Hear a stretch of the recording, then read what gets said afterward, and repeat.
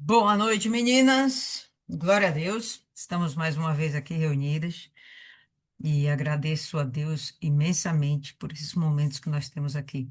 Que cada dia que passa eu aprendo um pouco mais, eu tenho certeza que vocês também. Então, hoje nós vamos meditar em Êxodo, no capítulo 3. Vamos ver o chamamento de Moisés pelo próprio Deus. Então, antes de mais nada, vamos convidar o Espírito Santo para estar nos orientando e revelando para a gente a palavra dele. E, para tanto, oremos. Senhor nosso Deus, amado, querido Pai, mais uma vez estamos aqui reunidas diante da tua santíssima presença. Sabemos que tu estás aqui, até porque a tua palavra diz que quando dois ou mais estivessem reunidos em teu nome, ali o Senhor estaria. E ainda que estejamos distantes, meu Pai, fisicamente, nós sabemos que o Senhor nos une em espírito. E assim estamos, em um só espírito agora, querendo aprender mais de Ti. Que o Senhor, meu Pai, venha nos dar mais da Tua palavra e que isso venha para a nossa necessidade, venha para saciar a nossa necessidade, a fome da nossa alma, de acordo, meu Pai, com a nossa necessidade.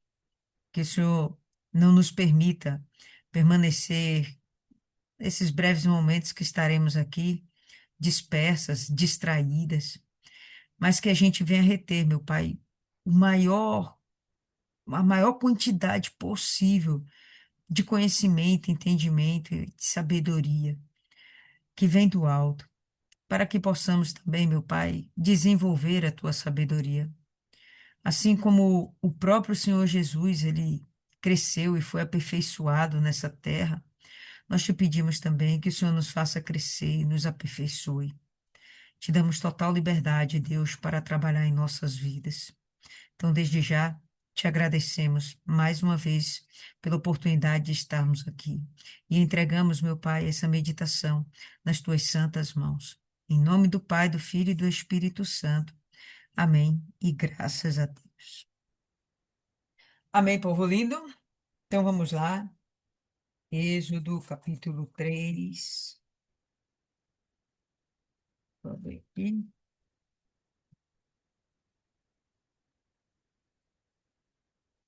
E vamos nessa. Verso 1. Ora, Moisés já estava apacentando o rebanho de Jetro, seu sogro, o sacerdote de Midian. E ele conduziu o rebanho para trás do deserto e chegou ao monte de Deus até o Horebe. Antes da gente continuar evoluindo nesse texto, eu queria compartilhar com vocês aqui uma imagem. Deixa eu ver aqui se está aberta fácil. Uma imagem onde nós podemos observar possíveis rotas ah, do trajeto de fuga, né, de Moisés.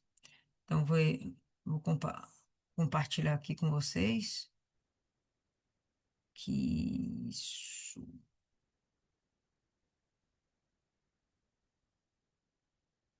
que vai ilustrar para a gente algumas coisas.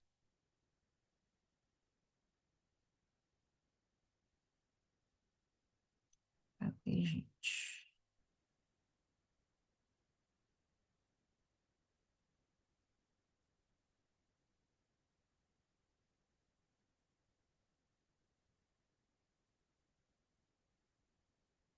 Aqui.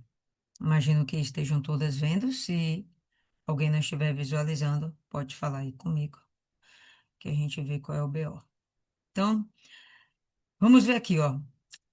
A terra de Gósen, como nós já vimos, que fica ali bem próximo ao delta, né, do Rio Nilo, próximo ao Mediterrâneo. Uma terra onde a realeza não estava, não era o centro, não era a capital do Império Egípcio, tá? A capital do Império Egípcio ficava aqui mais para essa região do Alto Nilo, como eles chamavam o Alto Egito. Bom, enfim, como sendo essa a região onde provavelmente Moisés estaria, nós vamos ver que existem basicamente três rotas que eram usadas pelos mercadores, da época. E como nós acabamos de ver nesse verso, Moisés ele acaba parando em Midian, não é isso? E a gente vai ter aqui com Midian essa região, pessoal, onde a gente vai perceber que ela está tanto ao leste do Golfo de Acabá, como também próximo a Foi. essa região aqui, onde nós temos o deserto do Sinai, tá certo? A gente tem aqui o deserto, até parece aqui o deserto de Sim, e aqui próximo ao Sinai, então, deserto do Sinai. Lembrando que tudo isso aqui é a península do Sinai. E aqui a gente vê o Monte Sinai ou Monte Horebe, ok? Também atualmente chamado de Monte Musa. Musa como uma referência, inclusive, a Moisés, Monte de Moisés. Então, pronto. Essa daqui é a região. Então, provavelmente, uma das rotas que Moisés pegou, ou foi essa daqui, direto para Midian, ou foi essa daqui que vinha para essa região aqui ao sul da península do Sinai. E daqui ele acabou se deslocando para Midian. Então, nós vamos perceber que essa daqui é a região onde Moisés está. E o texto fala que ele estava apacentando o seu rebanho, quer dizer, o rebanho de Jetro. A essa altura do campeonato, Moisés, ele já era genro de Jetro, ele já havia se casado com Zípora, já estava provavelmente com pelo menos um filho, que era o Gerson, e lembrando que ele fugiu do Egito, ele estava acolhido em Midian por Jetro, dentro da família de Jetro. Lembrando, Jetro era um sacerdote, provavelmente um sacerdote de Deus, e que teve uma influência sobre Moisés. Eu conversava até com algumas pessoas a respeito disso, que Jetro, ele tem suas raízes como ah, filho de Abraão. Não que ele era filho direto, né? Mas ele acaba sendo filho de Abraão. Nessa região daqui de Midian, era uma região direta, né, da geração de Abraão com Quetura. Ok. E está aqui no meio disso tudo um homem que se diz, ou melhor, que é conhecido como sacerdote de Midian. Então, provavelmente, ele sim era um sacerdote que falava a respeito de Deus. Ele teve uma convivência com Abraão tal que ele conheceu o Deus de Abraão, tá? Por que que eu digo que ele conheceu o Deus de Abraão? Até aqui, nesse momento, me parece que, como um sacerdote, ele tinha intimidade com Deus. Me leva a pensar isso, entende? Pela boa influência que ele vai exercer sobre Moisés. E como Moisés ele havia sido criado dentro da corte egípcia, é pouco provável que Moisés tenha aprendido as coisas a respeito do povo hebreu. Talvez ele tivesse sim consciência de que ele era filho de hebreus, mas necessariamente não conhecia a cultura, o Deus, as tradições dos hebreus, tá? É muito provável que ele não conhecesse, tá? Ele teve misericórdia, compaixão dos hebreus, porque ele tinha dentro de si um senso de justiça. Quando ele vê os hebreus sendo maltratados pelos capatazes, né, pelos servos de Faraó, quando ele vê os hebreus sendo maltratados, ele sente compaixão.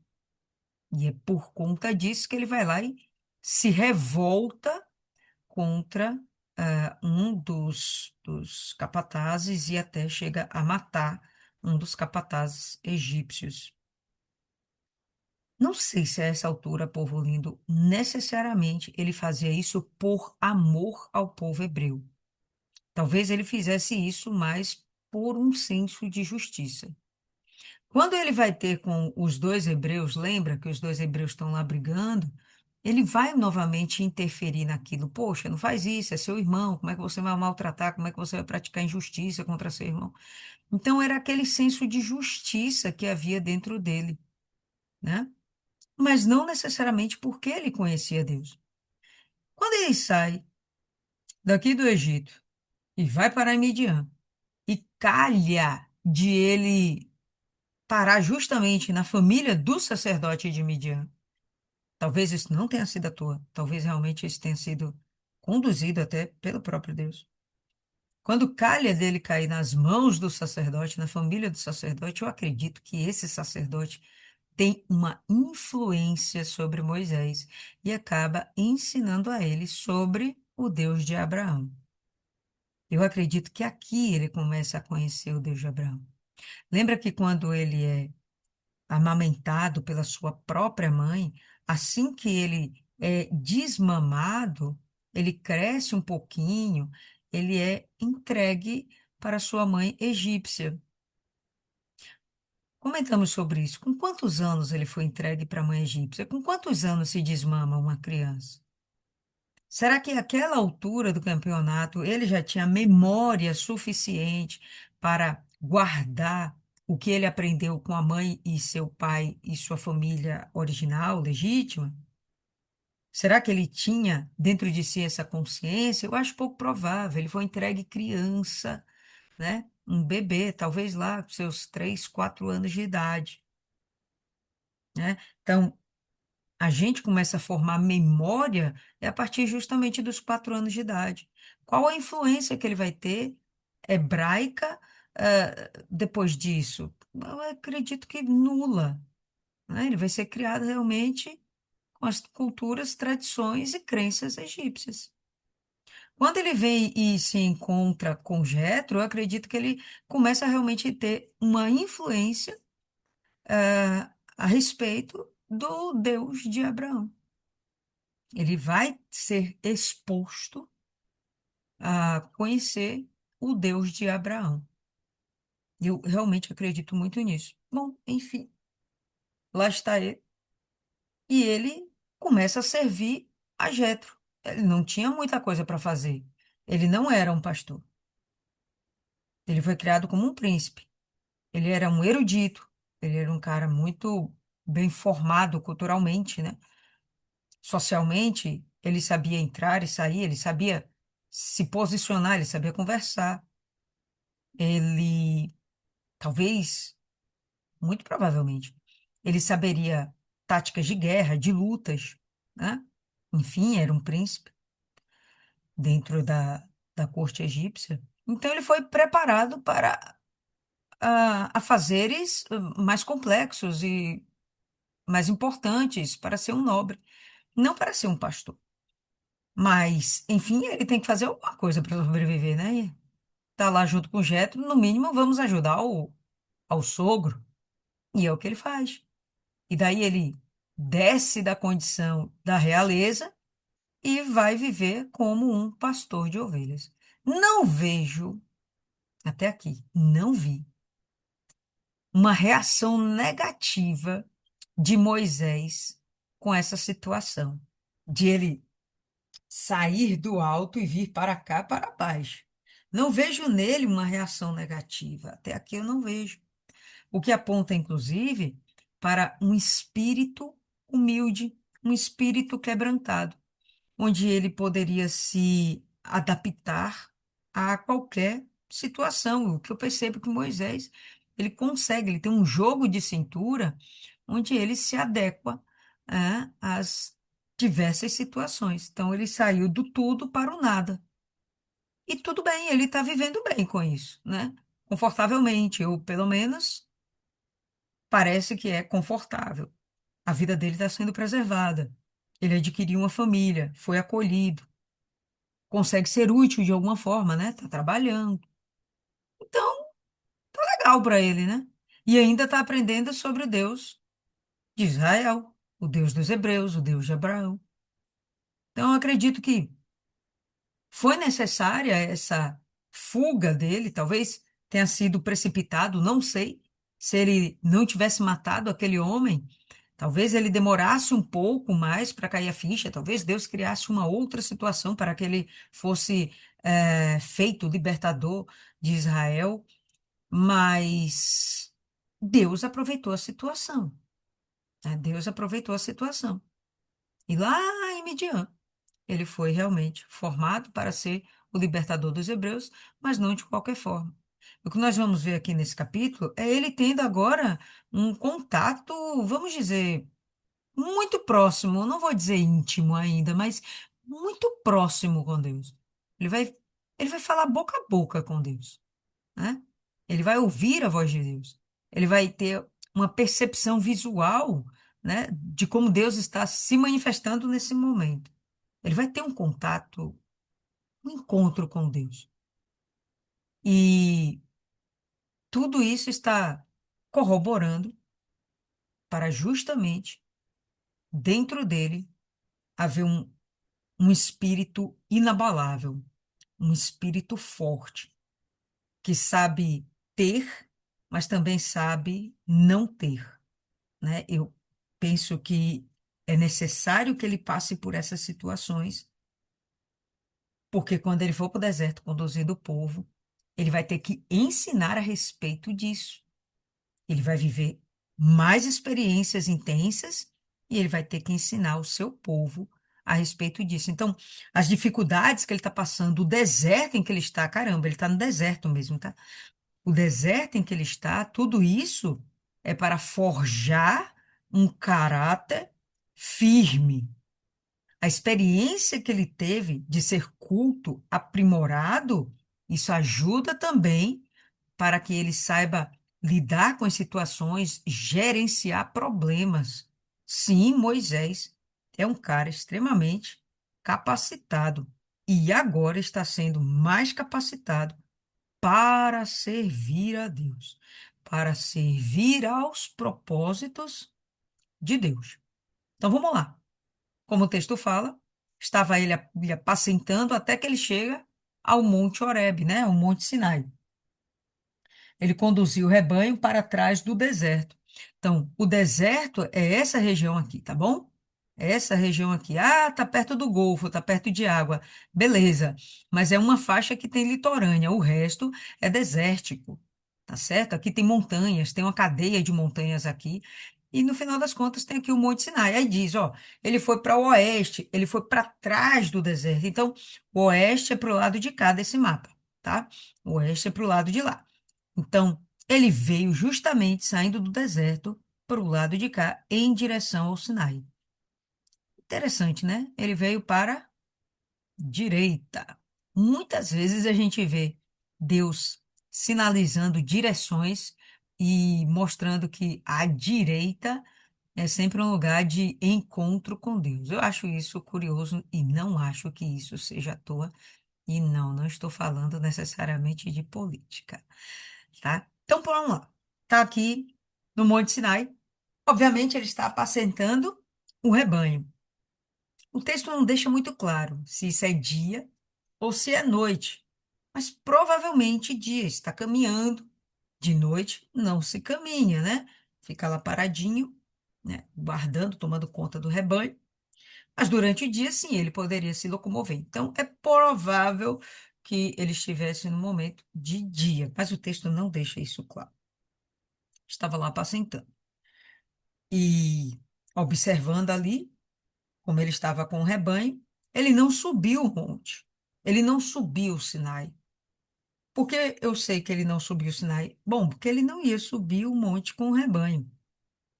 Não seria a atitude mais sábia dele. Ele não ia procurar pastagem no alto do monte. Isso atrapalharia a condução do gado. A gente está falando aqui gado, mas potencialmente são ovelhas. Então, ia ser complicado ele fazer, guiar, né, sobre a montanha. Então, provavelmente foi ao pé mesmo, ao pé ali. da montanha, ele vai ter essa experiência com Deus, como nós já sabemos, né? Então, ora, Moisés estava apacentando o rebanho de Jetro, seu sogro, sacerdote midian. E ele conduziu o rebanho para trás do deserto e chegou ao monte de Deus até o Horebe. E o anjo do Senhor lhe apareceu em uma chama de fogo no meio de uma sarça. Quando a gente ouve falar do anjo do Senhor, nós sempre ficamos com aquela pulguinha atrás da orelha e paramos para observar o texto que temos em mãos. E a depender da tradução, pessoal, esse anjo do Senhor vai aparecer com letra maiúscula e nós sabemos que é uma identificação de Jesus pré-encarnado, do Filho de Deus manifesto antes da sua encarnação na Terra. E quando aparece com letra minúscula, nós temos o hábito de entender que estamos falando apenas de um daqueles anjos, aqueles corpos celestiais que servem a Deus, anjos, mensageiros de Deus. Eu estou com duas versões aqui, a King James e uma João Ferreira de Almeida, onde esse termo aparece com letra minúscula. Também eu tenho uma outra versão, uma revisada, da João Ferreira de Almeida, que já aparece com letra maiúscula. Eu não sei se há ah, uma dúvida entre os autores, se esse anjo do Senhor representa Jesus ou se esse anjo do Senhor representa apenas um anjo comum. Mas eu acho que dá para a gente pescar isso, né, descobrir isso através do próprio texto. Na minha opinião, humilde opinião, eu imagino que sim, aqui é o Senhor Jesus pré-encarnado. Não seria apenas um anjo qualquer, tá certo? Mas vamos lá, olha lá como ele fala. E o anjo do Senhor lhe apareceu em uma chama de fogo no meio de uma sarça. E o fogo, ele está intimamente ligado com a presença de Deus. Quando nós vamos ver em Isaías, quando nós vamos ver em alguns outros textos, até mesmo quando vemos Daniel. Lembra de Daniel? Vale a pena. Vamos olhar Daniel. Daniel, anotei isso aqui até. Daniel, onde foi que eu vi, gente? Daniel no capítulo 3. Abre aí, pessoal.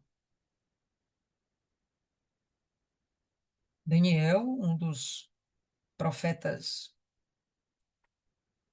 lá no livro dos profetas, um dos profetas de Deus,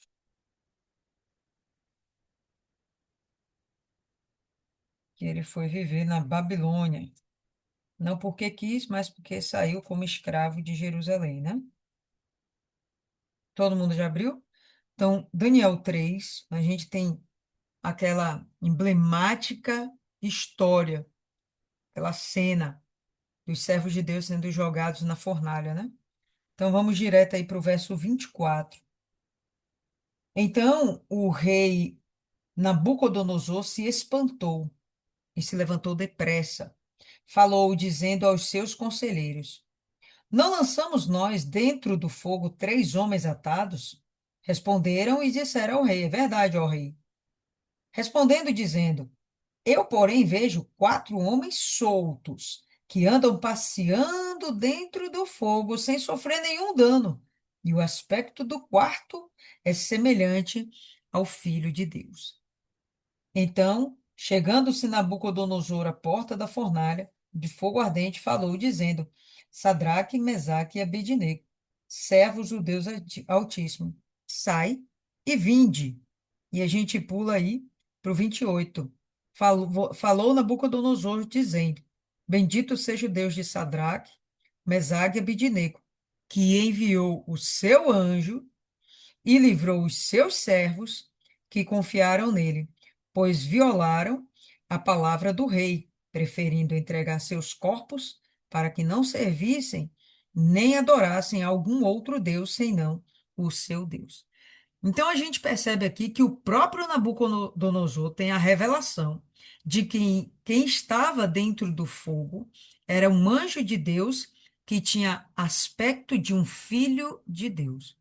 Eu acho que para mim isso é uma dica muito forte de que, nesse caso de Daniel, é o próprio Jesus pré-encarnado, como nós costumamos dizer, e aqui no livro de Êxodo aponta também como o próprio Jesus aparecendo no meio do fogo. Então vamos lá, voltando aí para Êxodo.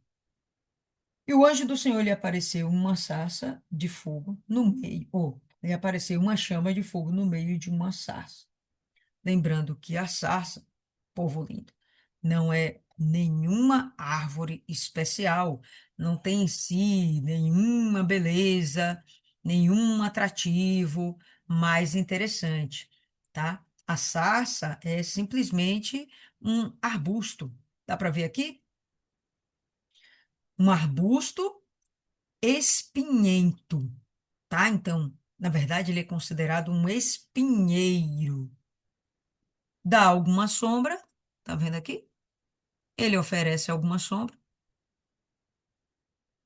e, a depender da situação, ele, inclusive, pode realmente ficar mais seco ou um pouco mais verde, né? Estamos vendo aqui, justamente no pé de um monte, essa vegetação espinhenta muito bem adaptada a regiões desérticas, certo? Uma árvore comum, nada de especial, beleza? Mas fala que tinha um fogo nela. Como Moisés seria atraído por algo tão comum, né? Tinha que acontecer algo especial. Tinha um fogo ali. E quando ele olha para aquela imagem, aquele arbusto deixou de ser qualquer coisa. Ele se tornou especial. Por causa do fogo? Por causa da presença de Deus. Aquilo ali deixou de ser comum e se tornou algo atraente. No mínimo, despertou em Moisés uma curiosidade. Despertou nele uma curiosidade. Aqui, ó, é a mesma, a mesma, como a gente fala, vegetação, tá certo? E a gente vai ver aqui ela um pouco mais verdejante, em um ambiente, ah, percebe que não tão desértico, né? Dá para perceber aí. Mas quando a gente está em um ambiente mais desértico, ele fica parecendo mesmo um espinheiro e apenas. Bom, essa coisa aí deve ter arrodo lá dentro do ambiente de Midian, próximo ao Sinai, e isso atraiu o olhar de Moisés, não por ser um espinheiro, mas porque esse negócio estava pegando fogo. E aí ele ficou de longe admirando esse negócio pegando fogo. Dá para vocês perceberem aí, pessoal, que você olhando para o horizonte dessa paisagem, tem habitação, tem nada, não tem, nem parece que tem vida. Como esse negócio tocou fogo sozinho, né? Como é que ele encandeceu sozinho? Isso chamou a atenção de Moisés. O que estava acontecendo de extraordinário chamou a atenção de Moisés. E ele foi lá para ver, tá? Ele foi lá para ver. Uma curiosidade, mas ele foi para ver. E ele olhou, e eis que a sarça queimava com fogo, e a sarça não era consumida. E isso chamou mais atenção dele ainda. Como é que esse negócio pega fogo e esse negócio continua inteiro? Por que que esses ramos não estão em brasa caindo? Não é isso que acontece com um galho, ele começa a pegar fogo, ele vai se consumindo, vira uma brasinha e essas brasinhas começam a se descolar, né, da madeira principal, começa a cair. Até mesmo quem acendeu já uma fogueira aqui na vida sabe que é assim que acontece. E a madeira ela vai se desfazendo em várias brasinhas, né? E não era o que acontecia, o negócio estava lá inteiro, de pé, né? E eu vou confessar para vocês, esse grupo aqui hoje só existe por causa de uma discussão dessa aí, ó, da sarça, porque ela não se consumia entre eu e Maiana. E a gente ficou cogitando, cogitando, e a gente decidiu, né, estudar sobre o assunto em grupo. Daí surgiu o sacrifício. Pois bem, estamos aqui até hoje discutindo a respeito dessa sarça. Por que que ela não se consumia? Por que que ela consumia? Enfim, né? Tá aí a presença de Deus. Imagino hoje que essa sarça não era consumida porque não era o objetivo de Deus destruir. O fogo de Deus é um fogo consumidor de impurezas, daquilo que não presta, daquilo que deve ser realmente destruído. Mas ele não consome aquilo que não tem por que ser destruído. Pelo contrário, até, ele purifica. Quando nós pedimos para Deus nos queimar, o objetivo é que ele nos trate como o ouro e a prata passados pelo fogo. O que que acontece com o ouro e a prata que passam pelo fogo? Eles são purificados, eles não são consumidos. A prata e o ouro não são destruídos pelo fogo, mas as suas impurezas, sim, elas são destruídas, elas são evidenciadas e elas são consumidas pelo fogo. Então, o fogo consumidor de Deus vem para purificar. Esse fogo não estava consumindo essa sarça. Não havia sentido dela ser consumida, porque ela não era algo impuro que precisasse ser santificado. Fala, Maiana. E até porque se ela fosse consumida, seria algo natural e não ia chamar a atenção de Moisés. Então ele ia olhar e ia ver, não, alguém colocou fogo. Só que quanto mais o fogo pegava e ele via que ela continuava intacta, não, tem algo aí. Como ele diz em algumas traduções, irei para lá e verei essa maravilha de perto. Exatamente. O texto aqui, o verso 2, ele fala: "E o anjo do Senhor lhe apareceu em uma chama de fogo", mas não parece que ele viu o anjo nesse momento. O que ele viu foi a aparência desse anjo, que era o fogo, né? Eu não sei se vocês têm essa mesma impressão que eu. Ele não parece que ele vê um anjo. O que ele vê é a aparência do anjo. Qual é a aparência desse anjo? Fogo. E era um fogo que estava numa planta. Até aí, ele não está fazendo nenhuma ideia de que isso é uma manifestação divina. Nada, ele vai por curiosidade. É uma maravilha. Em algumas versões, ele fala uma estranha visão, em outras versões fala uma grande visão, outras versões fala uma grande maravilha, né? Então, tudo isso é no sentido de dizer que isso era algo estranho, né? Não era que era uma coisa bonita, era que era estranho e era muito diferente e chamava muita atenção, né? O sentido de maravilha para a gente hoje é de algo bom. O sentido de maravilha para o texto não é que fosse algo bom ou belo, era algo que causava estranheza e era algo espetacular pela sua estranheza. Fugia do comum, era exótico, era raro. Acho que vocês estão entendendo o que eu quero dizer, tá? Então, não me parece que ele viu a aparência do anjo, né? Um anjo, né? Ele viu o fogo, porque o anjo se manifestou na forma de fogo. Pronto, ele viu o fogo. E ele olhou, eis que a sarça queimava com fogo, e a sarça não era consumida. E Moisés disse: Eu vou virar agora de lado e verei essa grande visão, grande maravilha, né? Porque a sarça não é queimada. E quando o Senhor viu, e aí agora a gente vê o Senhor com letra maiúscula. E não seria outro Senhor, não tem condição de ser outro Senhor. Mesmo que fosse letra minúscula aqui, a gente diria: opa, isso aí foi o erro do copista, né? Foi o erro do tradutor, foi o erro de quem escreveu, foi o erro de digitação. Mas a gente ia entender que quando ele fala que o Senhor está fazendo uma referência a Deus, não teria outro Senhor para estar aí, tá? Então, e quando o Senhor viu que ele se virava para ver, Deus o chamou do meio da sarça e disse: Moisés, Moisés. Então, até aqui, o que me passa a impressão é de que ele foi em direção a algo diferentão. Quando Deus percebeu que conseguiu chamar a atenção dele, Deus começou a se revelar para ele. E saiu uma voz do meio do fogo: Moisés, Moisés. E o texto já identifica logo o Senhor. Então, eu imagino que esse anjo do Senhor não era qualquer anjo, sim, era a personificação do próprio Deus na pessoa do Senhor Jesus, que manifestou-se como fogo. A aparência dele, não viu rosto, não viu olho, não viu braço, viu fogo.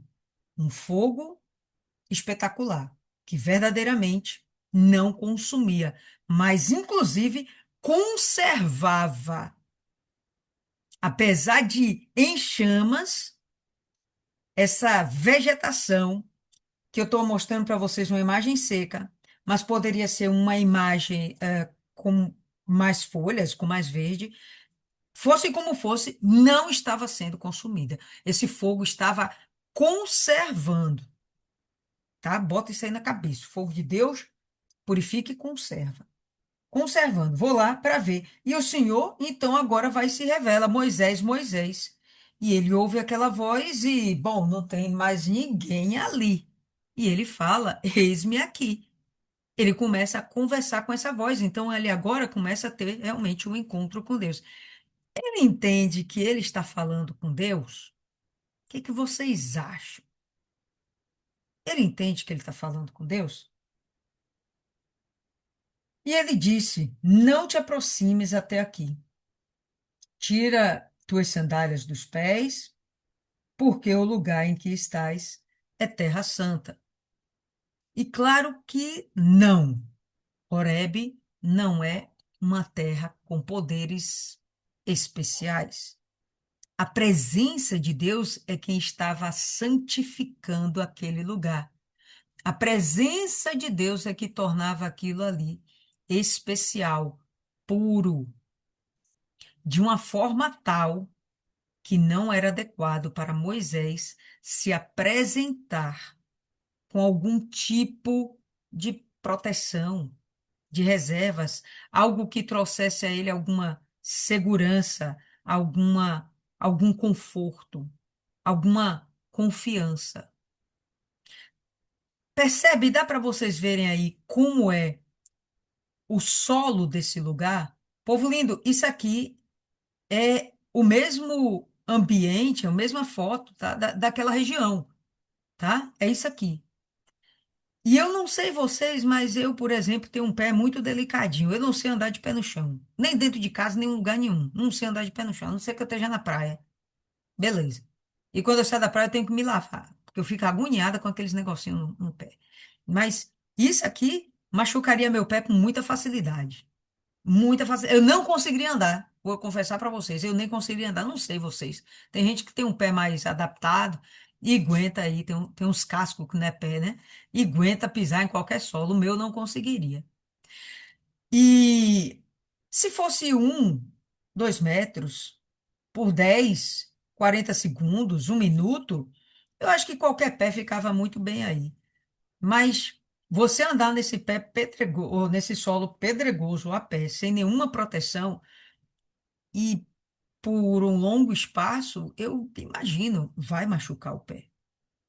Dois, suponho que estamos realmente de dia e com o sol lascando a pino no meio do deserto, o sol em alta. Sabemos que em desertos a temperatura facilmente ultrapassa os 40 graus e pode ultrapassar os 50 graus. Agora, imagine ele andando a pé num ambiente como esse, colocando o pé dele num ambiente como esse. Ele tirou de si toda a possibilidade que ele tinha de guardar alguma proteção, alguma segurança. Eu penso que a retirada das sandálias, que parece algo estranho, ninguém tem uma resposta muito definida para falar por que tirar as sandálias? Por que ele não poderia se aproximar com as sandálias? Qual o problema dele se aproximar? A impureza dele estava na sandália? Tinha sujeira na sandália, mas estamos falando de um ambiente cheio de pó. O que que tinha na sandália dele? Para mim, era só um meio de proteção individual. Era o que a gente chama hoje de EPI, era um equipamento de proteção individual, sendo que ele estava no momento da sua função, né, do seu trabalho. Estava lá protegido para o trabalho. Pois bem, Deus manda ele tirar tudo e qualquer coisa que pudesse tornar aquele momento confortável para ele. Bom, a não ser as próprias vestes, mas eu acho que isso aí seria desnecessário. Deus não queria expô-lo. Deus não aprova a exposição da nudez, a não ser quando é entre o casal, na intimidade do casal, entre quatro paredes. Tá? Então, no meu entendimento, as sandálias ainda seriam algum meio de conforto para Moisés. E Deus estava sinalizando para toda a sua trajetória a partir daqui, que não seria algo fácil, seria algo sacrificial e necessário. E ele teria que sim estar pronto para qualquer coisa. A sua carne tinha que estar pronta para qualquer coisa, porque o seu espírito já estaria pronto também para qualquer coisa. Então, eu penso isso. Se alguém tiver um pensamento diferente, pode abrir aí e falar. Levanta a mão e a gente abre o espaço. Ok, então ele, ele disse: Não te aproximes até aqui, tira as sandálias dos teus pés, porque o lugar em que estás é terra santa. Além disso, ele disse: Eu sou o Deus de teu pai, o Deus de Abraão, o Deus de Isaac e o Deus de Jacó. E agora o que acontece? E Moisés esconde a sua face, pois estava com medo, com temor de olhar para Deus. Aqui agora deixa de ser um momento para saciar a curiosidade de Moisés e ele passa a receber uma revelação. Caramba, eu estou falando com Deus, estou diante da presença de Deus. Aquilo causou nele temor. Até então, para ele estava tudo ok, mas quando Deus se revela, causa-lhe temor. Eu falava esses dias que um dos maiores problemas da nossa igreja atual, a igreja moderna, é justamente a falta de temor nos corações do cristão. As pessoas não temem mais a Deus. Elas se apegam a uma palavra de Deus é amor. Deus é amor. E esquece da justiça de Deus. Mas tenham em mente que antes de Deus ser amor, Deus é justiça. Não tem como Deus ser amor sem antes ele ser justiça. Não tem como, tá? Não tem como. Então, beleza. Dentro de Moisés, o que Deus queria, ele já conseguiu. Deus entendeu, ou melhor, Deus entendeu, Moisés entendeu que existe um Deus que pode falar com ele e é um Deus do seu pai. Era o Deus de Abraão e com certeza, povo lindo, o Jetro falou de Abraão para esse rapaz. Com certeza, Jetro falou do Deus de Abraão para Moisés. O que ele não ouviu na corte egípcia, o que ele não pôde ouvir dos seus pais, ele ouviu de Jetro, porque Jetro era da linhagem de Abraão e era um sacerdote. Como sacerdote, ele estava lá para ensinar a respeito de Deus às pessoas, bem como representar as pessoas perante Deus. É muito provável que Jetro tenha orado para que suas filhas fossem bem casadas, abençoadas, casadas com homens de Deus. É possível que Jetro tenha orado dessa forma. E é possível que nesse momento também a gente perceba Jetro orando por Moisés, para que Deus se lhe revelasse. Jetro agora era um intercessor também de Moisés e representava Moisés para Deus, porque esse é o papel do sacerdote. Não vamos limitar a importância de Jetro, não vamos ver muita coisa sendo dita de Jetro. O que a gente pode fazer é intuir, é imaginar, e com certa liberdade, sem medo de estar fugindo do texto, porque se ele era um sacerdote, esse era o papel dele, né? Então, enfim. Tá lá. Na hora que Moisés sabe quem está falando com ele, ele é cheio de temor, ele baixa as vistas, ele reconhece que, que ele está falando com o Todo-Poderoso.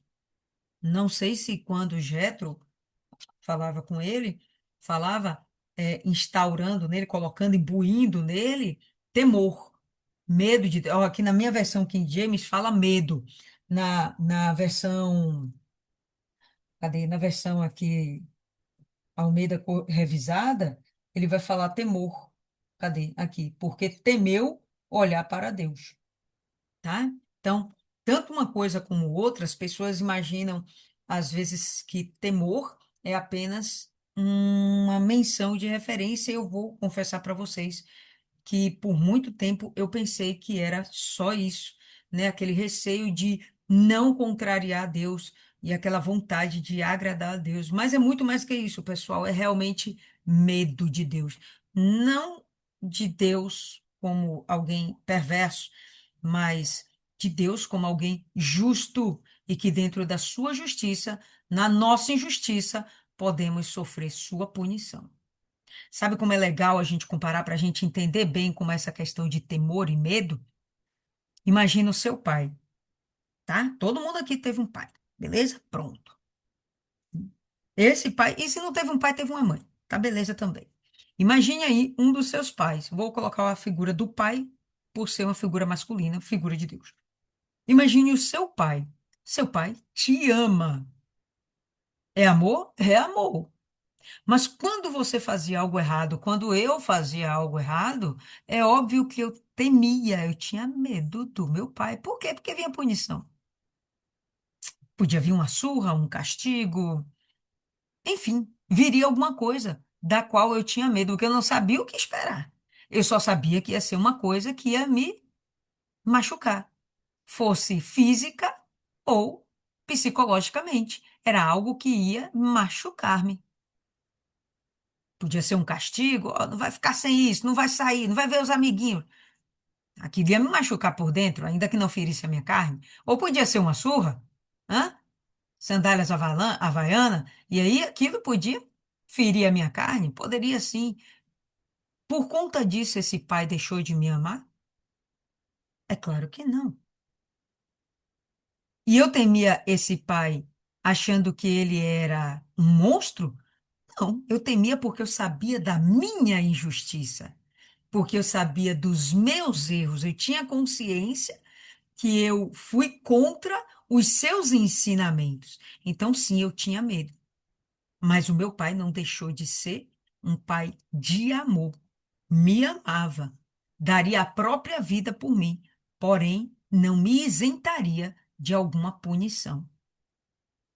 Ainda que houvesse arrependimento em mim, poderia ser que ainda assim eu sofresse alguma punição, mas esse pai não deixaria de me amar. Hoje, o que nós vemos é uma sociedade onde os pais não podem bater nas crianças, né? Isso, nos seus filhos.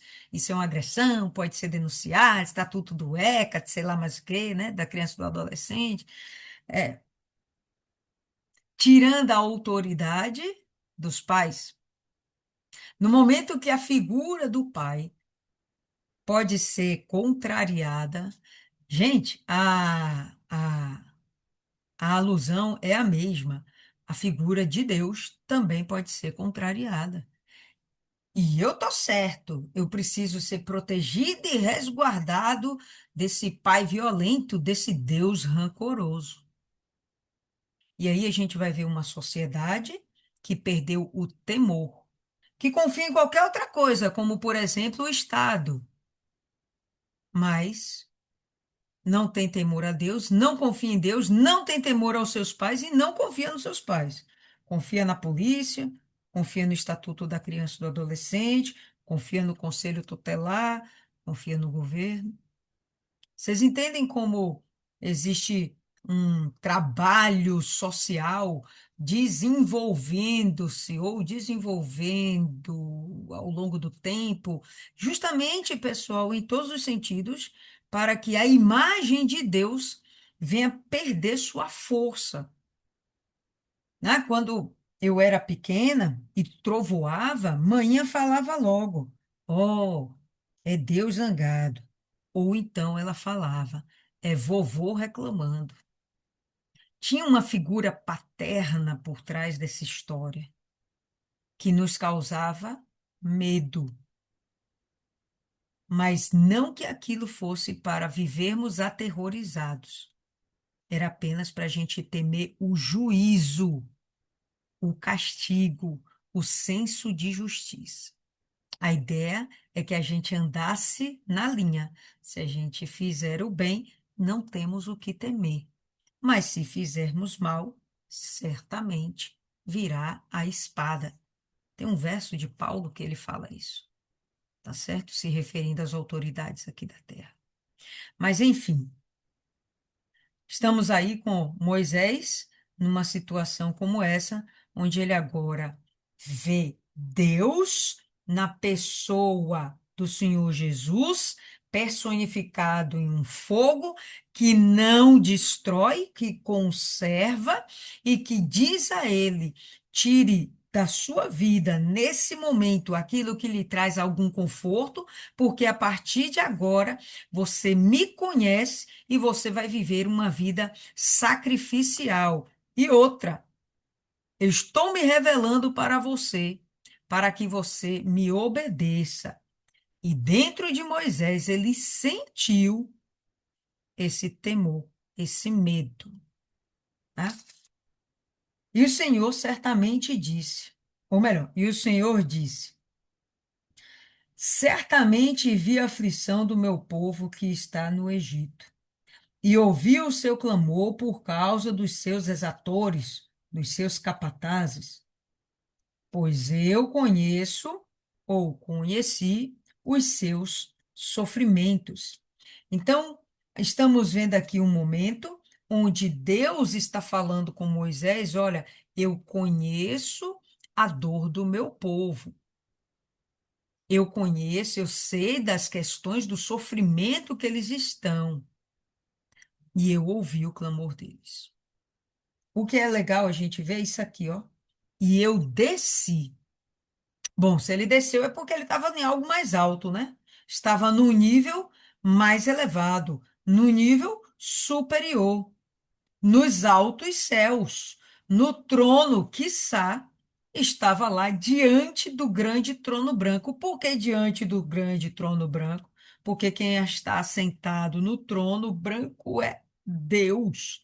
Mas quem estava à sua destra era seu filho, e talvez nesse momento ele nem estivesse sentado à destra, mas estava diante do Pai para o servir. E aí ele chega e fala: desci para libertá-los da mão dos egípcios e fazê-los sair daquela terra. Na versão King James fala sair, mas na versão que você provavelmente tem aí, fala e fazê-los subir daquela terra. Versão revista e atualizada de João Ferreira de Almeida. E aí ele fala: eu desci para te fazer subir. Eu acho esse jogo de palavras extremamente interessante.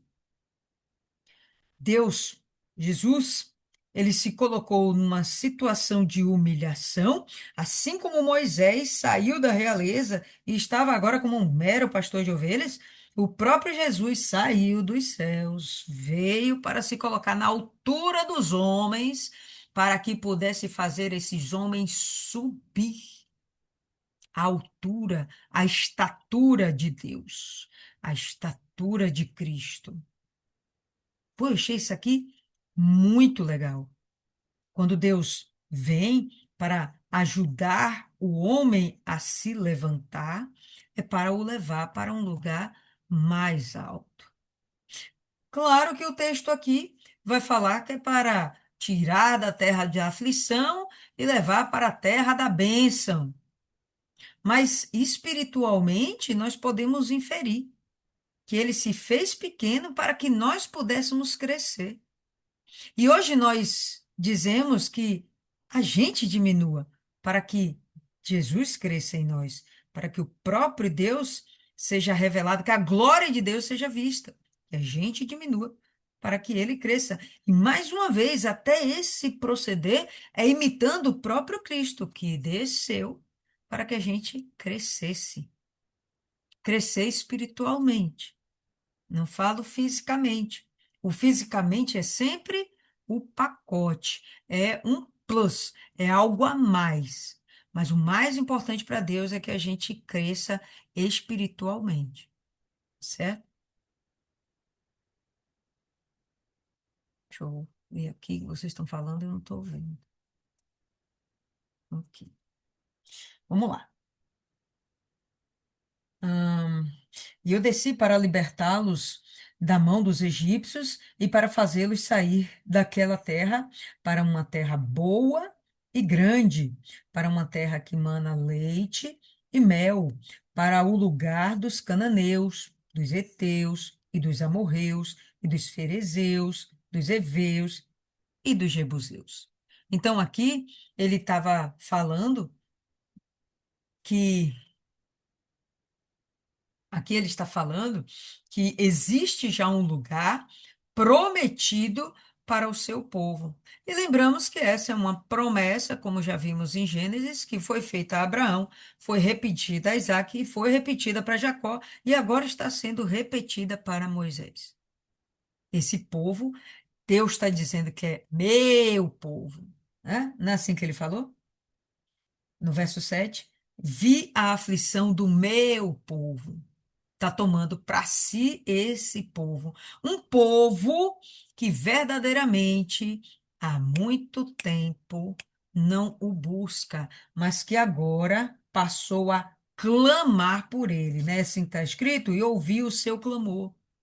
Por que que Deus só se levantou agora? Porque agora que esse povo começou a clamar. Por que que Deus só desceu do céu a fim de livrar o seu povo agora? Porque só agora esse povo decidiu clamar. Por que ele não veio antes? Porque esse povo não clamou antes. Assim que o povo começou a clamar, Deus vai lá e reativamente se volta para o seu povo. E desci para libertá-los da mão dos egípcios e para fazê-los sair daquela terra para uma terra grande, boa, para uma terra que mana leite e mel, para o lugar dos cananeus. Agora, portanto, eis que o clamor dos filhos de Israel é vindo a mim. Por isso que ele não veio antes. Porque o clamor só foi manifesto agora. Deus é surdo? Não é surdo. Por que que ele não viu antes? Porque ninguém clamou antes, simples assim. Então, por 400 anos, esse povo ficou calado, gemendo, sofrendo, murmurando, mas necessariamente não pediu socorro a Deus. Quando eles pararam para pedir o socorro, Deus foi lá e eis-me aqui. Vou formar um homem para que os liberte. Vou fazer um homem que será como libertador para vocês, que vai enfrentar Faraó sem armas. Não teve negócio de lança, tiro, espada, sem armas, só na palavra. E eu também vi a opressão com que os egípcios os oprimem. Então, havia uma, um comportamento dos egípcios que Deus passou a observar. Ele era cego, ele não via antes? Não, pessoal, não era que ele não via antes, né? A gente sabe que Deus não é cego e nem estúpido. O povo é de quem? O povo é dele. Mas se Deus simplesmente fosse lá e fizesse o que deveria ser feito, vamos perceber que esse povo nunca ia aprender a buscar a Deus, esse povo nunca ia depender de Deus, nunca ia aprender a depender de Deus. E Deus quer um povo que dependa dele. Não quer um povo carreira só. E quando você vai lá e oferece comida a quem não tem fome, aquela pessoa vai rejeitar. É capaz disso ter acontecido, ou melhor, de que pudesse ter acontecido, se Deus simplesmente tentasse os livrar sem que antes eles clamassem a Deus. E quando Deus intercedesse por eles, eles rejeitariam a Deus. A gente já sabe que, mesmo clamando, eles não vão entender o modo de Deus agir, o modo de Deus trabalhar, através de um homem, tá? Um homem que foi criado no meio dos egípcios, um homem que depois fugiu, se casou com uma estrangeira, né? Todo fora do padrão dos hebreus. Pois bem, Deus levantou esse homem para ser o libertador, né? O herói que não era, o herói improvável, como eu li em um artigo, o herói improvável. Vem agora, pois eu te enviarei a Faraó para que tires o meu povo, os filhos de Israel do Egito. Vou te enviar a Faraó. E Moisés disse a Deus: Quem sou eu para que eu vá a Faraó e para que tire os filhos de Israel do Egito? E ele disse: Certamente estarei contigo. E este será um sinal para ti, de que eu te enviei. Quando tiveres tirado o povo do Egito, vós servireis a Deus sobre este monte. Então, a vontade de Deus é que eles fossem libertos e se tornassem para Deus completamente. Qual a primeira coisa que Deus exigiu deles? Assim que vocês forem libertos, vocês venham para cá, me servir. Aqui, nesse monte, que monte? Ele estava aqui. Verso 1 está lá dizendo, né? O monte que está ali na região de Mitiã, o Monte Horebe. Para a gente, o Monte Sinai, e atualmente chamado de Monte Musa, né? Então, era para eles saírem de Israel e irem servir a Deus. Sabe que no final das contas eles não fizeram isso, né? Tá bom. E disse Moisés a Deus: Eis que, quando eu vier aos filhos de Israel e lhes disser, o Deus de vossos pais me enviou a vós, e eles me perguntarem, qual é o seu nome? Que direi a eles? Primeiro Moisés duvida da sua capacidade, né? Quem sou eu? Aí depois ele duvida de Deus. Eu vou dizer o quê do Senhor? Esses homens vão duvidar de mim e de ti. Eu vou dizer o quê? Tudo bem, até aí Deus está paciente, né? Vamos ver aí. E disse Deus a Moisés: Eu sou o que sou. E ele disse: Assim dirás aos filhos de Israel: Eu sou, me enviou a vós. E disse e mais a Moisés: Assim dirás aos filhos de Israel: O Senhor Deus de vossos pais, o Deus de Abraão, o Deus de Isaque e o Deus de Jacó, me enviou a vós. Este é o meu nome para sempre, e este é meu memorial para todas as gerações. Eu sou é o nome do Senhor. É um dos nomes, pelo menos, com o qual ele se apresenta e parece que ele tem muito prazer e satisfação em ser chamado dessa forma, né? A gente percebe que ele chega e fala: Esse é o meu nome para sempre, e este é o meu memorial para todas as gerações. E lembrando que memorial é algo que funciona, serve para trazer a memória, para trazer a lembrança, né? Algo. Então, o nome dele era para trazer a lembrança de quem ele era, do caráter dele. Eu sou onipotente, poderoso, onisciente, onipresente. Eu sou. Então, isso era a característica de Deus. Eu estou em todos os lugares, eu sou, eu existo, eu sou eterno. Eu não sou criado, eu sou, eu existo, né? Desde sempre. Então, o nome eu sou está imbuído, né, de toda deixa eu ver se essa é a palavra mais adequada, uma filosofia por trás, levando as pessoas a entenderem a personalidade de Deus, o Criador de todas as coisas. Vai e ajunta os anciãos de Israel e dize-lhes: O Senhor Deus de vossos pais, o Deus de Abraão, de Isaque e de Jacó, me apareceu dizendo: Eu certamente vos tenho visitado e visto o que vos tem sido feito no Egito. E tenho dito: Eu vos farei subir da aflição. Vos farei subir da aflição do Egito para a terra dos cananeus, dos heteus, dos amorreus, ferezeus, dos heveus, dos jebuseus, para uma terra que mana leite e mel. Então, Moisés, você vai falar a Faraó. Mas o que a gente percebe aqui é que antes dele falar a Faraó, primeiro ele ia ter que se apresentar a Israel. Então, Israel primeiro tinha que aceitar Moisés como seu representante, como seu libertador, como alguém enviado por Deus. Se eles resistissem à liderança de Moisés, ficaria complicado Moisés interceder por eles. Nem faria sentido, na verdade. Então, primeiro, Moisés tinha que ser aceito, eles tinham que entender que foi o próprio Deus quem o enviou, para que então agora ele fosse representar o povo perante Faraó, representar o próprio Deus, o Deus daquele povo, perante Faraó. E eles ouvirão a tua voz. E irás tu e os anciãos de Israel ao rei do Egito. E lhe direis: O Senhor Deus dos Hebreus se encontrou conosco. E agora, deixa-nos ir, te suplicamos, 3 dias de jornada para o deserto, para que sacrifiquemos ao Senhor nosso Deus. Vamos lembrar aqui novamente essa imagem? Cadê aqui? Então, a ideia de 3 dias no para ir ao deserto é aqui. Sair dessa região aqui de Gósen, né, onde eles moravam, né?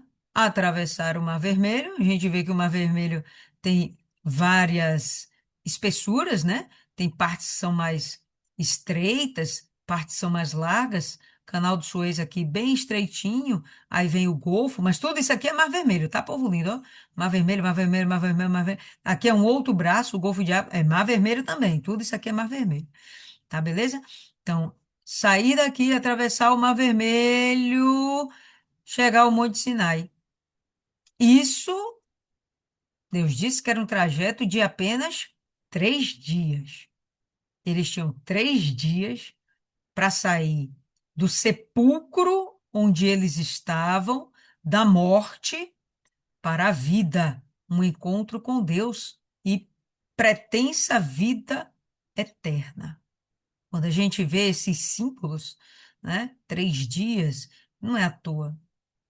Eu imagino que para fazer uma travessia dessa com crianças e animais, poderia ser necessário até mais tempo.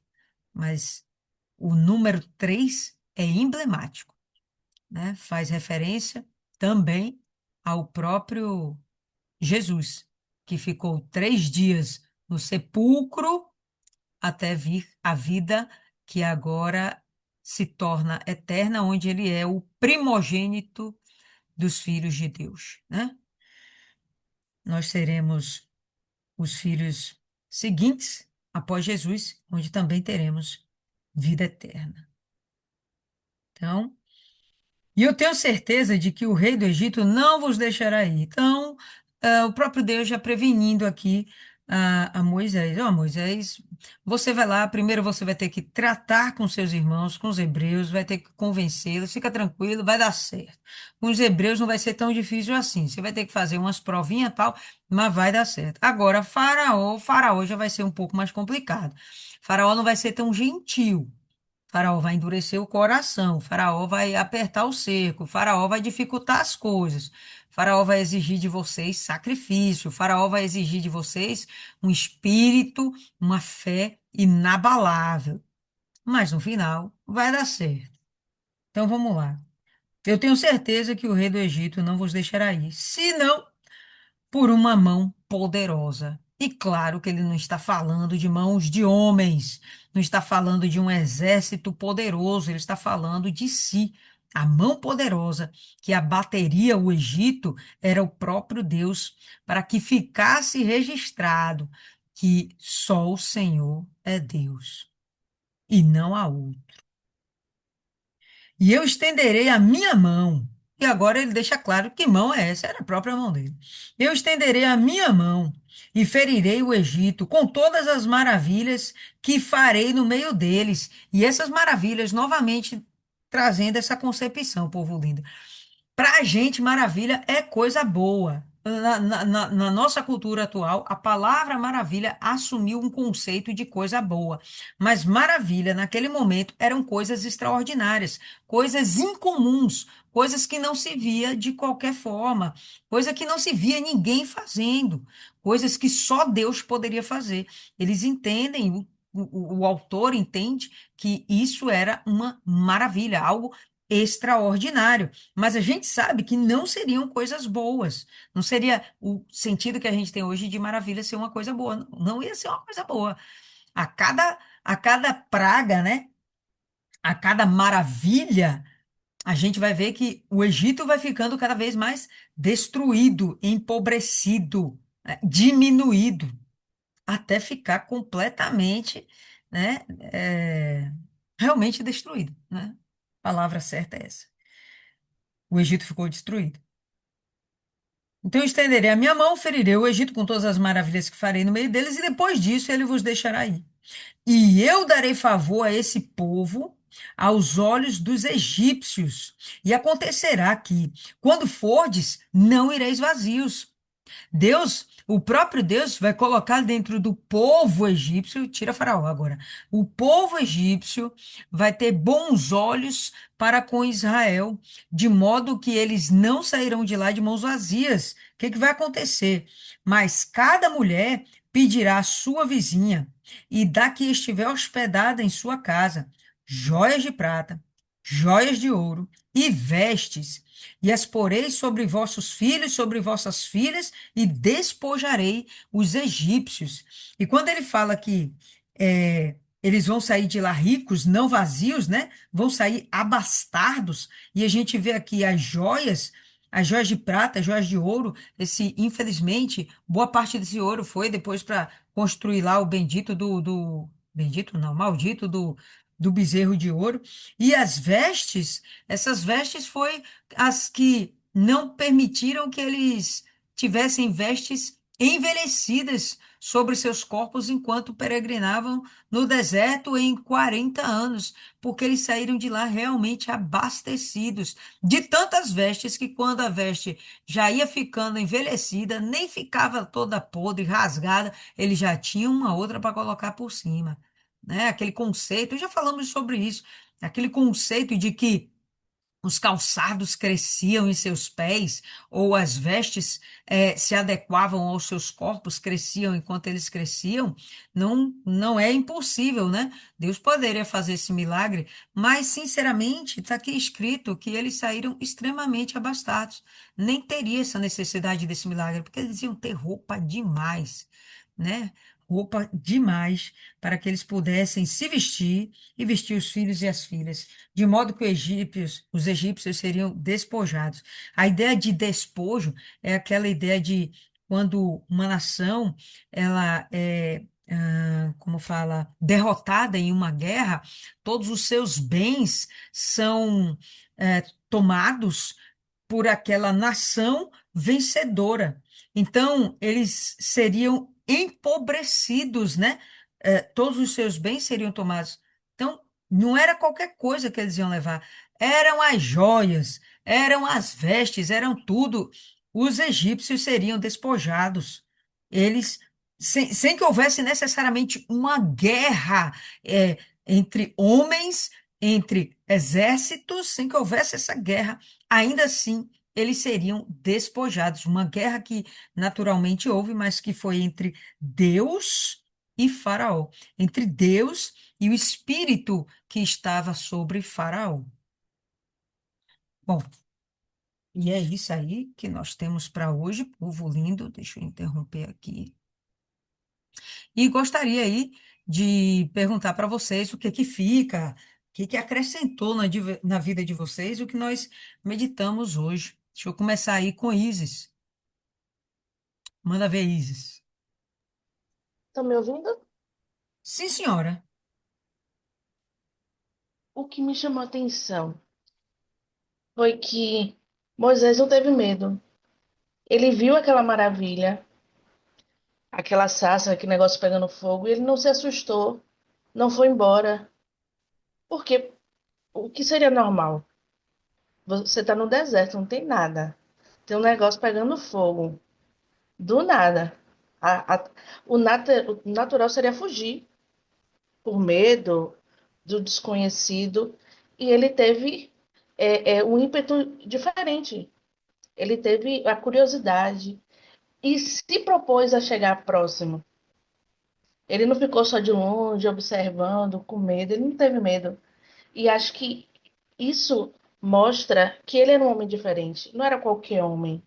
Ele tinha em si essa natureza de liderança, de curiosidade, de ir para cima e não de ter medo ou se acovardar. Eu acho que isso mostrou para Deus quem era ele.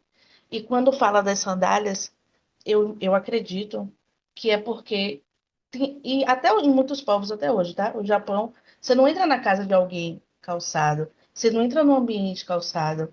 E aquele lugar, apesar de ser no deserto, apesar de ser um descampado, naquele momento aquilo era um templo. Aquilo era realmente o altar ali que Deus estava. E acredito que realmente um lugar se torna santo quando há a presença de Deus.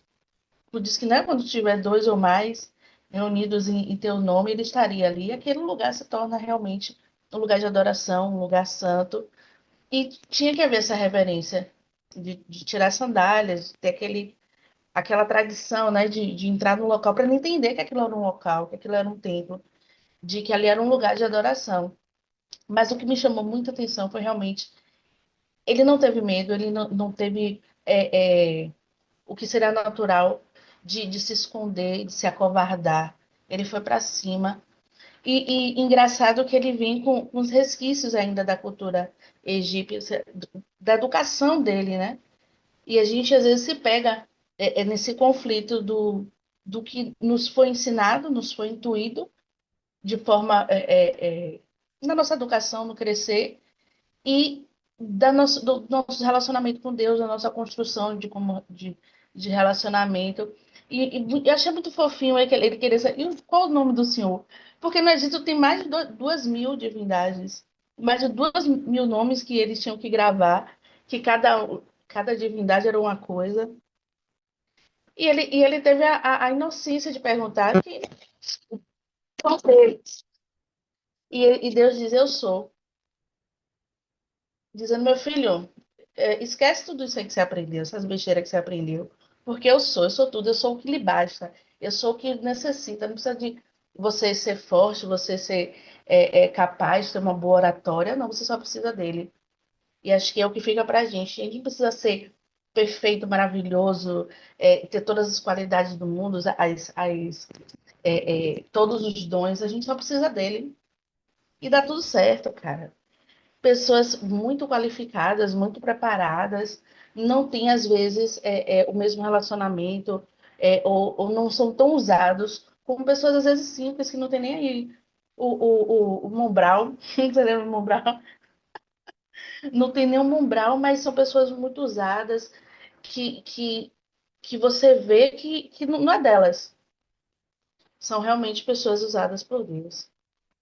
É, foi isso.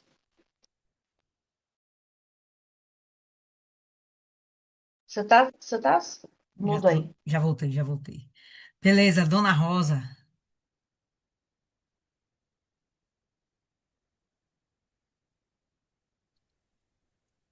Boa noite, pessoal. Boa. E me chamou a atenção aí que Moisés, né, ele foi criado como um príncipe, né? E,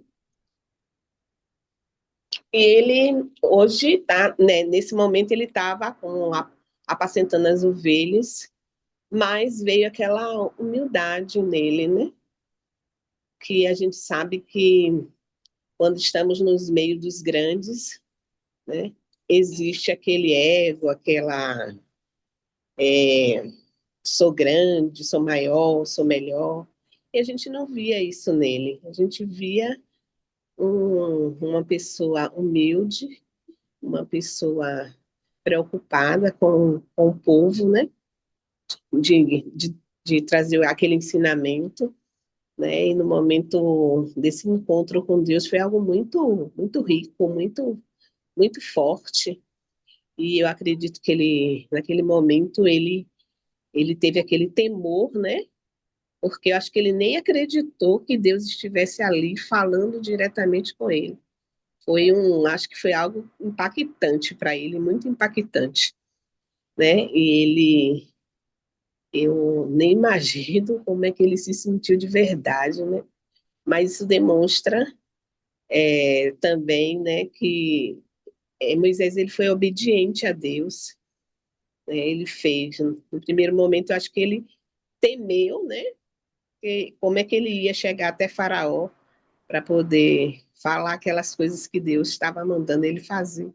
Mas ele foi e fez. E também o que eu vejo, o que eu vi, né, nesse capítulo foi que para que tudo isso viesse a acontecer, o povo teve que clamar a Deus. E Deus ele não vem se você não clamar, se você não buscar ele. E você pode estar ali sofrendo, mas se você não buscar ele, se você não clamar por ele, ele não vem até você. Você tem que ir até ele, né? E hoje, nos dias atuais, a gente vê, a gente pode sentir isso, né? Que às vezes a gente está passando por certos momentos difíceis, né, na vida da gente, e que muitas das vezes a gente quer usar a força do braço. A gente quer resolver o problema sem Deus no meio. E a gente sabe que a gente não consegue. Mas no momento que a gente se disponibiliza e quebranta o nosso coração e vê que só Ele, só o nosso Pai pode resolver aquele problema, pode nos ajudar, e que a gente vai até Ele, Ele está lá de braços abertos para nos receber, para nos ajudar e nos ensinar. Então, esse capítulo, para mim, ele só testifica mesmo, né, de que nós precisamos buscá-los, buscar Deus, todos os momentos da nossa vida, não somente no momento da aflição, né? Mas em todos os momentos, porque Deus ele precisa nos preparar para que na chegada do dia mal a gente está forte, está na rocha, né? E o povo ele teve que passar por muita coisa para chegar a clamar a Deus, mas primeiro viveu todo o sofrimento, passou por tudo. E a gente vê isso no nosso dia a dia com as pessoas, até que a gente tenta evangelizar. Eles preferem passar pela dor, sofrer até o último minuto para depois chamar Jesus, para depois chamar Deus, para depois pedir socorro. Vai até a última instância, né? Podendo, no começo da aflição ou antes da aflição, estar buscando esse Deus maior, esse Deus grandioso, né? E é Ele que vai nos ajudar, Ele que vai nos socorrer em todos os momentos da nossa vida, porque a nossa mente ela é muito fraca, porque o diabo ele ataca aqui na mente da gente e a gente vai sofrendo e segurando tudo e é pela força, ah, não, eu vou conseguir, não, eu vou fazer aqui, eu vou fazer assim, vou fazer assado, e confia no homem, confia nas circunstâncias, e confia em qualquer coisa, mas não confia no maior, no Deus Todo-Poderoso, em vez de buscar logo Ele, não, fica buscando uma solução ali, uma solução aqui, uma definição aqui, então vai até o último momento. E esse povo, eles foram até o último, sofreram, quando viram que não tinha jeito, aí foi buscar Deus. E aí Deus como Ele, as pessoas falam, Deus é amor, Deus é misericordioso, Deus só tem misericórdia quando você se quebranta para Ele. Ele não vai ter misericórdia com você se você tem um coração fechado, duro, se você ficar procurando outras pessoas para te socorrer, a não ser a Ele. Aí E muito disso acontece nos dias atuais. Não, Deus é amor, Deus é amor. Deus não é amor, Deus é justiça primeiro, depois ele é amor. Porque você tem que provar da justiça dele primeiro. Você tem que conhecer ele primeiro. E Moisés, ele teve essa oportunidade maravilhosa de conhecer a Deus bem de pertinho, né? É algo grandioso. Mas a gente viu a humildade de Moisés, que Moisés poderia, como ele foi criado lá no meio dos grandes, né, dos príncipes, o que ele aprendeu foi totalmente diferente do que o povo viveu. Mas ele amava o povo dele e ele foi e abraçou essa causa. Esse é o meu entendimento.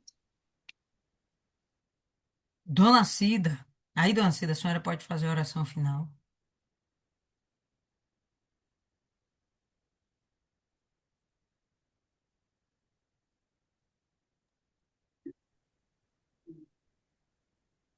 É o temor desse Deus. Eu sou e não mudo, eu sou quem sou, e é isso aí.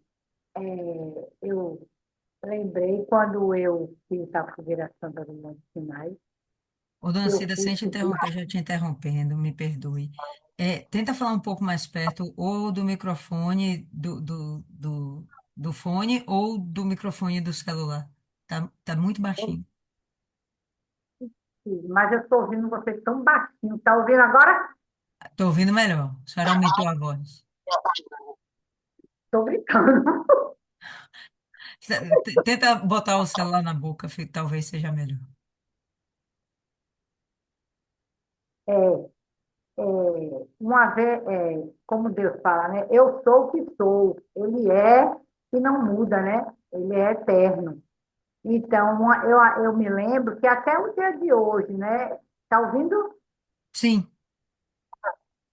Até o dia de hoje, foi na fogueira do Monte Sinai. Não sei se a senhora lembra que deu aquele CD que tem um Monte Sinai. Não sei se a senhora já era da igreja, né? Não sei. Mas aí eu fiz a fogueira santa e quando eu fui subir, né, para fazer a fogueira santa, foi a primeira fogueira santa que eu fiz, aí eu ouvi Deus falar, né? Tira as sandálias dos pés e a terra que você pisa é terra santa. Eu não entendi. Eu não entendi. Eu ouvi, tira a sandália dos pés. Depois foi que. Aí foi, eu fui conversar com o pastor e tudo, aí ele conversou comigo, né? Aí eu peguei, tira a sandália dos pés, tira tudo, tudo que você tem de errado aí dentro de você, porque o lugar que você está pisando não é qualquer um lugar, não. Não é qualquer um lugar. Então, para você querer o que você quer, você tem que tirar tudo que você tem. Então, não sei, ritual até o dia de hoje, para eu me lembrar que eu não sou nada diante desse Deus tão grande. Eu tiro a sandália dos meus pés. Eu não piso no átrio e nem no altar de sandália, nem que me puxe o cabelo e me arraste, para que eu possa me lembrar que eu sou tão pequenininha diante desse Deus tão grande. Aí essa fogueira santa, aí foi que eu vim, né, e começar a aprender mais de Deus e ver que ele não é qualquer um. Não é os deuses que minha mãe servia, né? Minha mãe servia um Deus que, quando ela entrava, ela tinha que tirar o sapato, a sandália, quando ela entrava lá no terreiro, né? E porque que eu, diante desse Deus tão grande, eu vou entrar de sandália, mas a sandália que ele estava falando não era essa sandália que a gente usa. As nossas raivas, né? As nossas prepotências, os nossos orgulhos. Eu fui começando a entender isso, né? Aí eu faço, até o dia de hoje, até eu morrer, eu vou do átrio ao altar, eu vou sem sandália. Não para provar para ninguém, não preciso. É para mim mesmo, que eu não sou nada diante daquele Deus tão grande. Esse Deus tão grande, né? Que é e continua sendo e sempre será esse Deus maravilhoso. Vamos orar. Senhor Deus de Israel, ainda na tua santa e gloriosa presença, te agradecemos, meu Pai, porque é tão maravilhoso te conhecer mais e mais, porque esse momento aqui, meu Deus, eu não abro mão, a não ser que não tenha algum impedimento, mas isso aqui é uma preciosidade, meu Pai. Muito obrigado, Senhor. Obrigado, obrigado, obrigado por revelar os seus mistérios, não só para mim, mas para todas as pessoas que se encontram aqui, nesse momento, buscando da tua palavra, meu Pai. Cada vez mais a gente encha, meu Deus, esse transborde, para que a gente fique mais fortalecida, meu Deus, na tua palavra, na obediência de te servir, meu Deus, porque o Senhor é maravilhoso, maravilhoso, magnífico.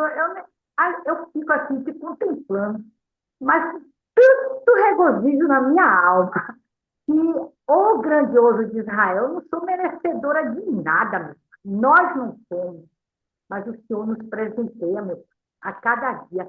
Só em levantar e abrir os nossos olhos e poder pisar, andar, comer, falar. Oh, Deus, muito obrigado por esse dia que foi maravilhoso. E também aqui na tua presença, meu Pai, podemos contemplar a tua grandeza. Nós sabemos sim, meu Pai, que o Senhor é e sempre será esse Deus maravilhoso. Basta obedecer, meu Deus. Eu peço pela Igreja Universal, pelos pastores, pelos líderes da nossa igreja, meu Pai, que o Senhor venha fortalecer o EVG, meu Deus, cada dia mais. Eu fiquei tão maravilhada, porque o EVG agora pode dar a mão às pessoas e orar. Ô, Pai, que regozijo eu senti naquela hora que eu dei a mão àqueles dois rapazes e que eles me agradeceram. Agradeceu porque eu orei por eles. Tão pequenininha, Senhor, que nós somos, mas podemos alimentar, né? Tirar daquela pessoa aquela angústia que talvez ele estivesse sentindo. Obrigado, Senhor. Nos contempla mais e mais com a tua palavra para que a gente possa levar mais e mais, salvar almas, meu Pai. Porque tem tanta gente amargurada, Senhor. Ô, Senhor, nos dá inteligência, sabedoria, principalmente, que vem do Senhor, para que a gente possa levar a tua palavra às pessoas, meu Pai. Nos dá força, meu Pai, nos dá vontade, porque às vezes a gente está tão cheio de tanta coisa que a gente às vezes fica tão fraca, mas o Senhor vem e nos fortalece, porque com obediência o Senhor vem fortalecer. E não, a gente não pode esperar, Senhor. Bota na mente daqueles que a gente não pode esperar chegar na tribulação, até no fundo do poço, para clamar o Senhor. Não. O Senhor está esperando, ó, o Senhor está de lá, ó. Ora, mulher, ora. Ora que eu te ouço e te respondo. Agora você tem que orar. Você tem que orar. Eu não vou te dar nada de mão beijada, não, senão você não vai precisar de mim. Ó, gente, eu quero que você ore. Bota a cara no chão. Bota a cara no chão e ora. Embora, orar. Não deixa passar o tempo, não. Ora, pede, clama. E quando a gente clama com sinceridade, o Senhor vem com maná e despeja sobre a gente. Obrigado, meu Deus, pelo dia de hoje. E o dia de amanhã venha ser melhor do que o de hoje. Eu te agradeço desde já. Em nome do Deus que é Pai, do Deus que é Filho, do Deus que é Espírito e que é Santo, que é o teu Espírito magnífico, soberano. Digno de honra, de glória, de louvor é o Senhor. Obrigado, meu Deus. Amém. E graças a Deus. Amém, pessoal. E é isso aí. Por hoje é só. Deus abençoe cada um de vocês, cada um de nós. E a gente se encontra na próxima meditação. Até lá.